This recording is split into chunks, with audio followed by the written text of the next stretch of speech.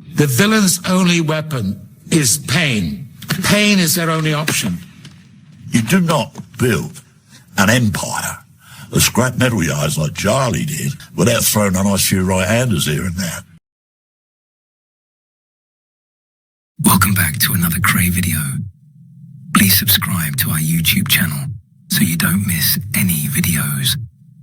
And for people really into the Krays, join our private Facebook group, Krays Crime Lords of London, where you will find stuff probably unavailable anywhere else.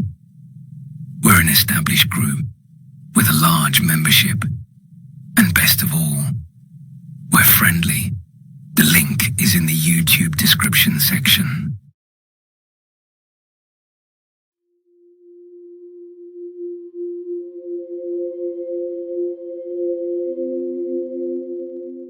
In the 1960s, the London underworld was run by two gangs, the Krays in the East End, and, south of the river, me and my brother Eddie, the Richardsons. When the two rival firms trespassed into each other's manor, it meant trouble.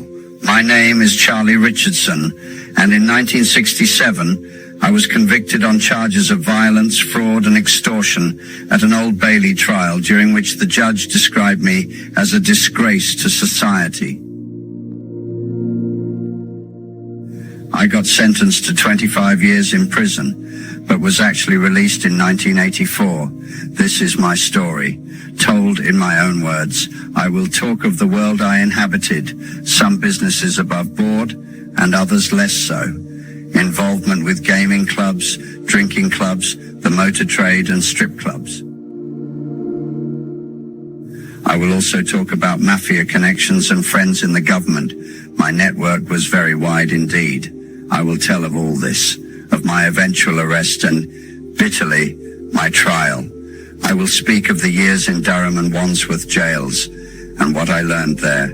I will reveal all about my escape and the chance encounter which had me back in prison for the final 3.5 years.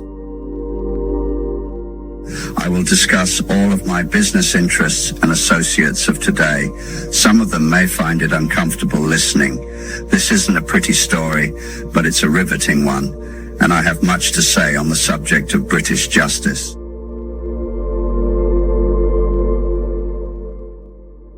I had just started a 3-year detention sentence at Ardale Approved School for stealing a car. On the first night, as I got into my new bed, it collapsed around me. As I put the irons together and made the sheets up silently, the whole room laughed, and I realized that I would have to make my mark. I lay under the crisp white sheets with 3 thin blue lines down the middle and grey army blankets, and wanted to cry. The room was now full of the smell and sound of many sleeping bodies, none of them known to me. In the reek of polished floors and sweaty feet, I got a hold of myself and planned to escape as soon as I could. It would be easy once I had got my bearings. The next day, I sat in classrooms, workshops, and meals, ignoring everybody. The other boys were a cheerful lot at heart. When the perverted screws who dreamed of screwing us were not around, I realized there was a hierarchy, as there is everywhere in life. Everybody has a governor, and in this place, your immediate governor was the hard case in your room. Like a tribe of baboons, the leader was the hardest and under constant threat for his position. I understood that I could not be a soldier in this shithole of pretend reform. I had at best to establish myself quickly as room corporal.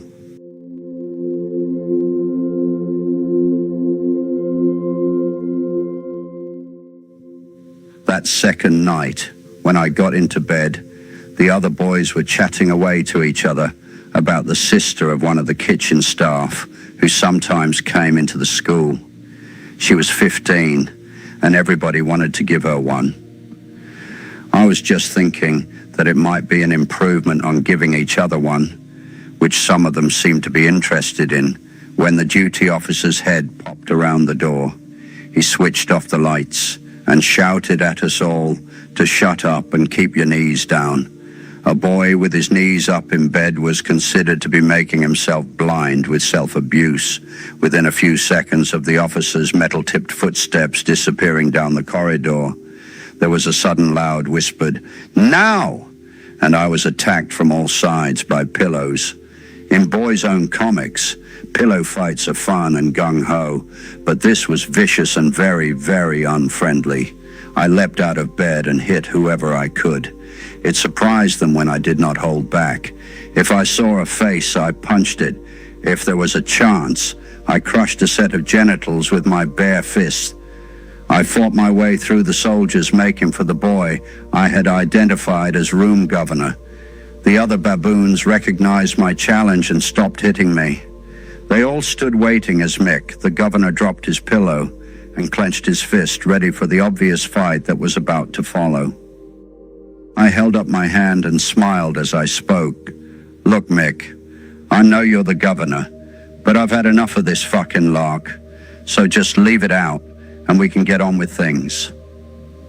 He relaxed a little, his authority unchallenged. "If you can't fucking take it, you shouldn't be here, mate. We do this to all the new boys. It's our initiation, right? Can't we just say, 'I've been initiated now,' and be friends? Come on, shake. I know you're the fucking governor." I held out my hand.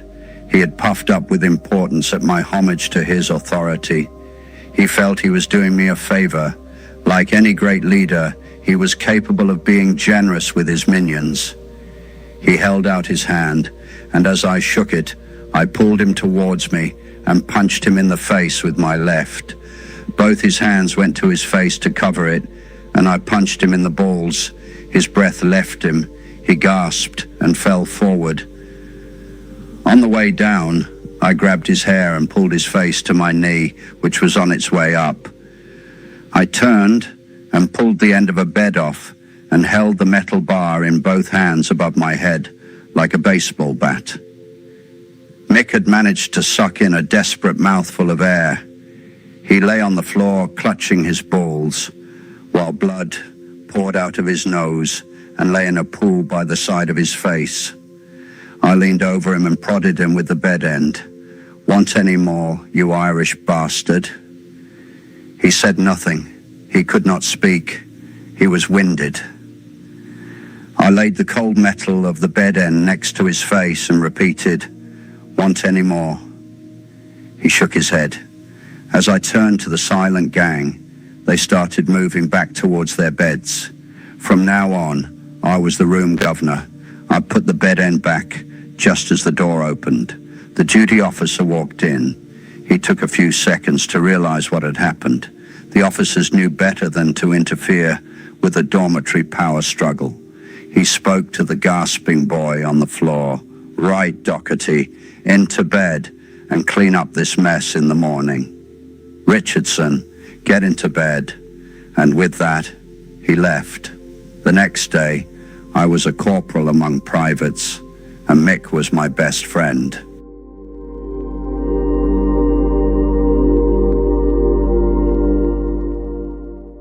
Somebody I'd thought of as a friend was now in the witness box, giving evidence against me. Alfred Abraham Berman was a businessman who had invested in one of my rich mineral mines in South Africa. I had bought a huge plot of land, and to everyone's surprise, I had discovered rich deposits of a rare mineral. I then had to run around cap in hand finding investors to make it all work. Berman was an investor who had become involved with the project. I called round one day to his warehouse to ask him if he wanted to come to the airport that night to meet my brother Eddie off the plane from South Africa. He agreed, and it was arranged that I would give him a call later to meet up. Now he was in the dock, giving an interesting new version of a harmless incident. He was asked if he eventually received a call. He carefully avoided my gaze. "Yes, sir. Who was it from?" "From Mr. Charles Richardson, and now the business associate with whom I had been on holiday to South Africa, to Hungary on business, and to countless boxing matches followed by late nights in London clubs, could not look me in the face. The questions continued, and I wanted to see just how far down the river I had been sold. What did he say? He asked me if I could get him something to eat, yes? Well, there is a nice restaurant next to my warehouse. Did Charles Richardson know that? Yes, sir. Did he mention it? He mentioned fish and chips. And I knew what he meant when he said that. It is a very good shop. So he asked you to get some fish and chips. And what else? Some beer. And do what with it? He said he could not get a beer as he was working late at his office. And would I bring him round some food? I said I would. And that I would bring some for myself and eat it round at his place. Was anything said on the telephone at that time about the airport? Yes. When I got round to the office, he should have knowledge of when the plane was coming in. Did you go to the fish and chip restaurant? Yes, sir. Did you take your fish and chips and go into his office? Yes, sir. As you walked in, who did you see there? Mr. Clark, Mr. Fraser, and Mr. Richardson. What did you do with your fish and chips? I put them on the desk. And as you did, what happened? To my amazement, I saw a man sitting on a chair, naked, with a rope around him. Had the man got any clothes on him? Absolutely naked, sir. What did you notice about him? What was his head like? When I first looked at him, he looked ghastly. And I had another look and realized that the man was James Taggart, who I knew. I had to look twice. What was ghastly about him? His head was swollen, his ears were swollen, and his eyes were swollen. He had marks all over his body, and he was sitting on a chair. There was blood in front of him on the floor, and blood on the walls behind him. How did you feel when you saw this? I nearly fainted.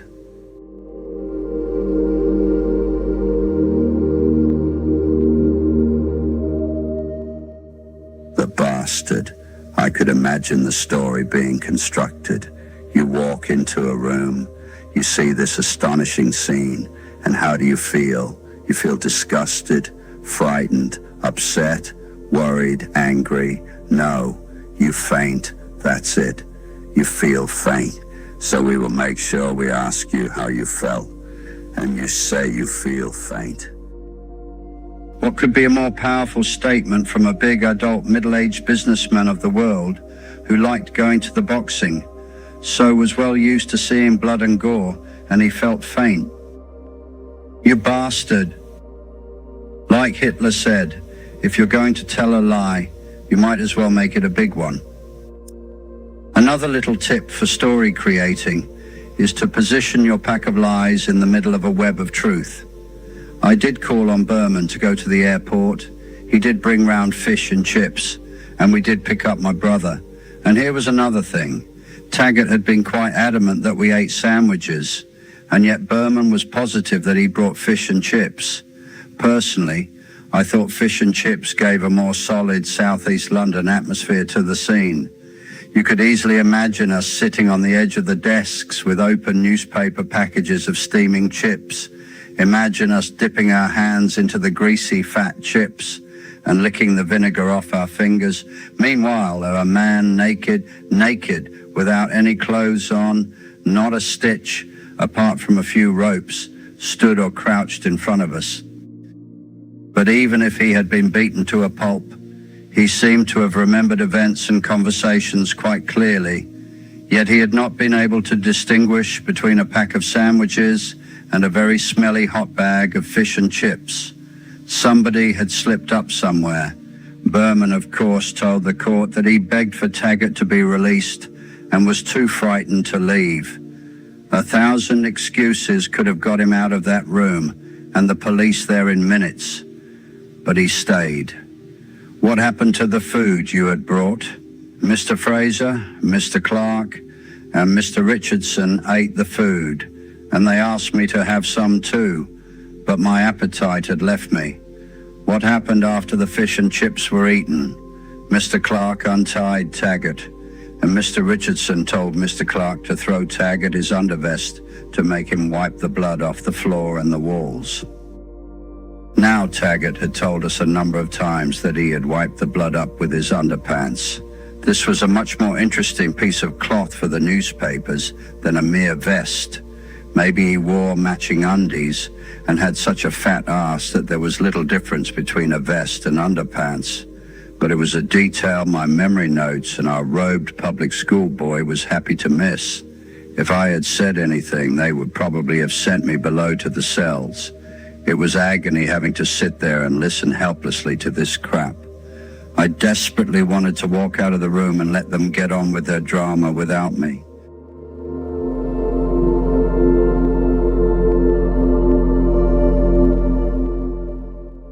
After the fight with Mick in the remand home, I sort of settled down and got seriously down to my education as a villain.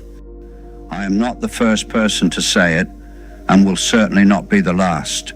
But the most ridiculous aspect of our penal system is that it breeds itself faster than rabbits do.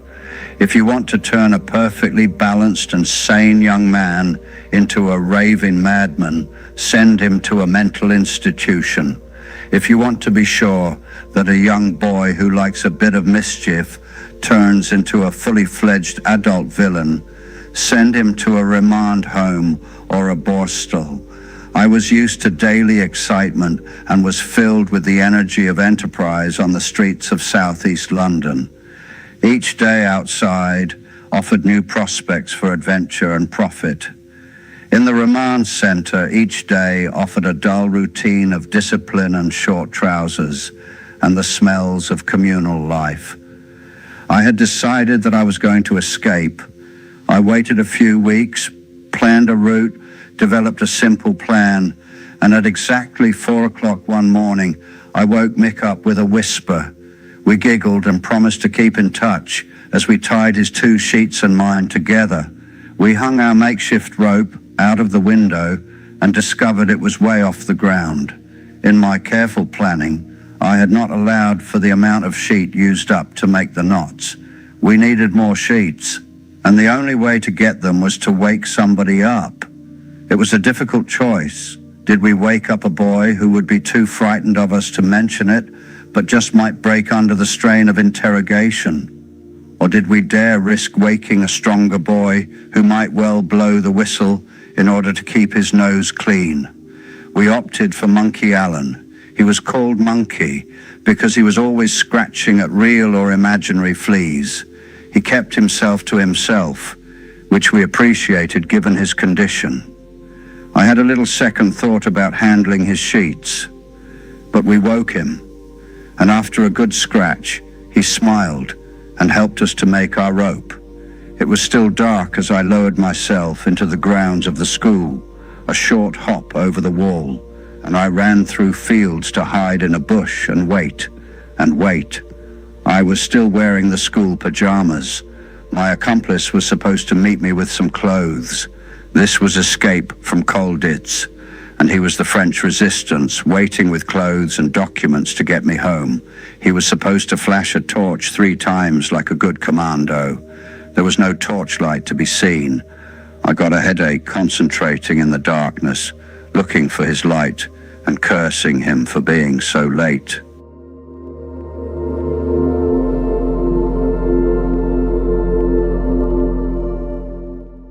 Breaking back into the school was not going to be as easy as getting out, and I was not going to get far in my pajamas. I was starting to shiver with the cold when I saw a tiny glimmer of light across the field. There were no flashes, but it was still worth a look. I crawled and dived into ditches as I made my way across to the source of the light. As I got close, I lay and watched. A few seconds later, the light appeared again, then once again, and I saw him, my comrade in arms, my one-man rescue team lighting a match. I could see his face in the glow for a second or two. I stood up and walked towards him. When I was very close, I whispered, "What happened to the torch?" "Jesus Christ, Charlie boy, you gave me the shock of me life. Where the hell have you been? I've been lighting matches for hours." It was supposed to be 3 flashes of a torch, Dad. He smiled, and it was good to see the twinkle in his eye. Forgot, didn't I? Anyway, you're here now, lad. Come on, put these on quick and let's get going. I started to get changed into the clothes he had brought me while he told me of the trouble it had been to get out to me. I was pleased to see him, but angry at his lack of organization. I stopped dressing for a moment when I realized he had hitched his way and there was no car. So how the fuck are we going to get home, Dad? Jesus fucking Ada.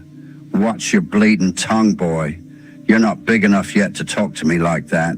Where'd you get that filthy mouth on you? If your mother could hear you talk, she'd spare a tear or two. It was fun to be sharing this adventure with my father.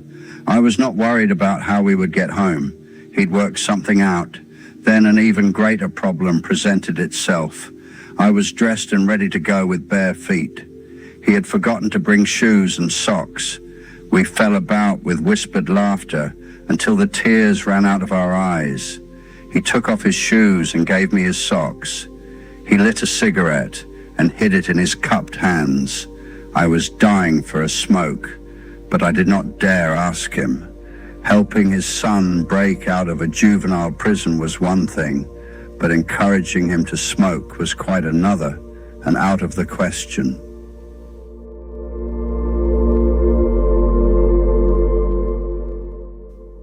As we huddled in a bush, he explained to me that it would be stupid to walk down the street at this time of night. The first copper that saw us would instantly be suspicious, so we waited till first light and walked to Upminster Tube Station.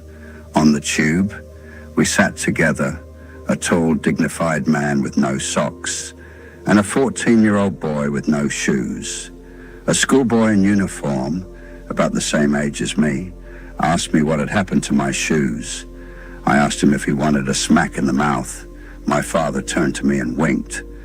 I could not go home with him for obvious reasons, so I hid out with some friends in Stockwell. The deal was that I would go to sea with my father and get away from it all. I was not pleased at this arrangement, but it seemed adventurous and much more exciting than reform school. I had to remain in hiding until he could find a ship for us. While I was waiting, I had a great time with the 2 lads in Stockwell. They had been on the run for months and were living off burglaries of camera shops and jewelry stores. It was easy in those days to throw a brick through a window or force a door and make off in a stolen car. We made hundreds of pounds a week, but I could hardly spend it.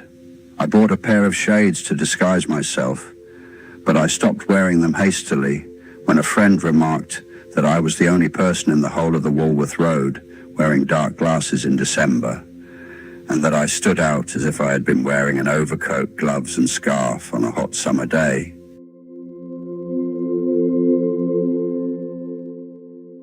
Eventually, I got word that my dad had got us aboard a ship in Liverpool. We were set to sail after the New Year. On Christmas Eve, I sneaked home, and it was so good to see my mother and 2 brothers. Eddie was turning into a bit of a local boxer, as I had done, and our younger brother, Alan, was doing well at school. After a good dinner, we all went to bed to wait for Santa to slide down the chimney. It was snowing outside, and we were together as a family, a rare event.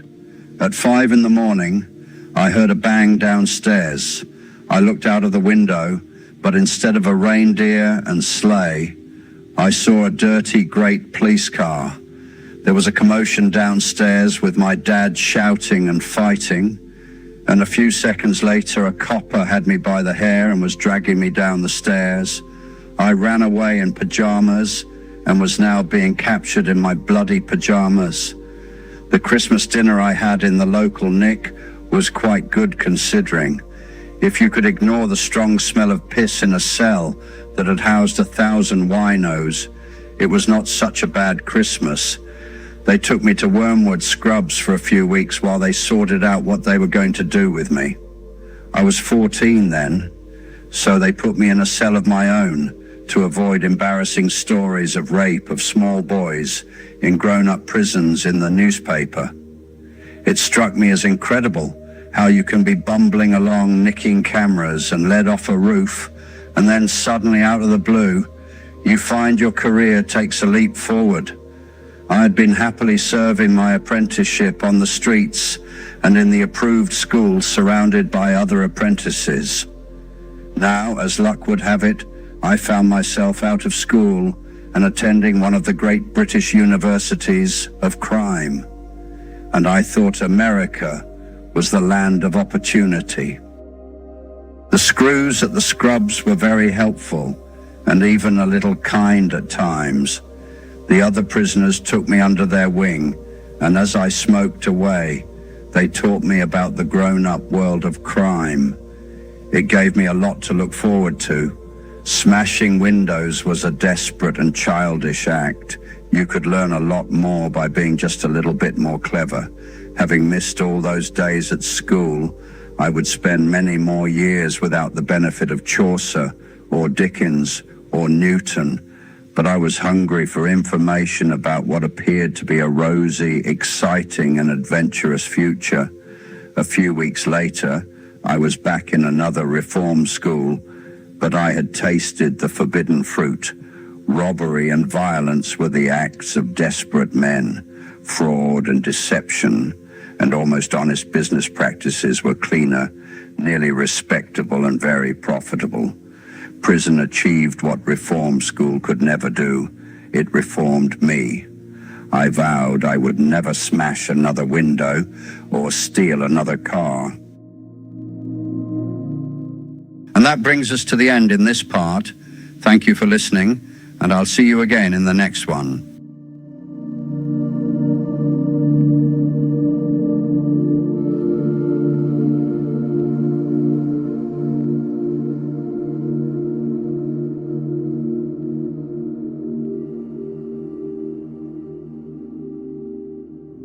Thank you for watching. If you enjoyed the video, please join our Facebook group. It's called Krays Crime Lords of London. We're a friendly moderated group with over 1,000 Kray and other celebrated gangster videos available for view. There's also thousands of images in the photos sections. The link for the group is in the YouTube description section. I hope we see you there soon. Leave a like and subscribe.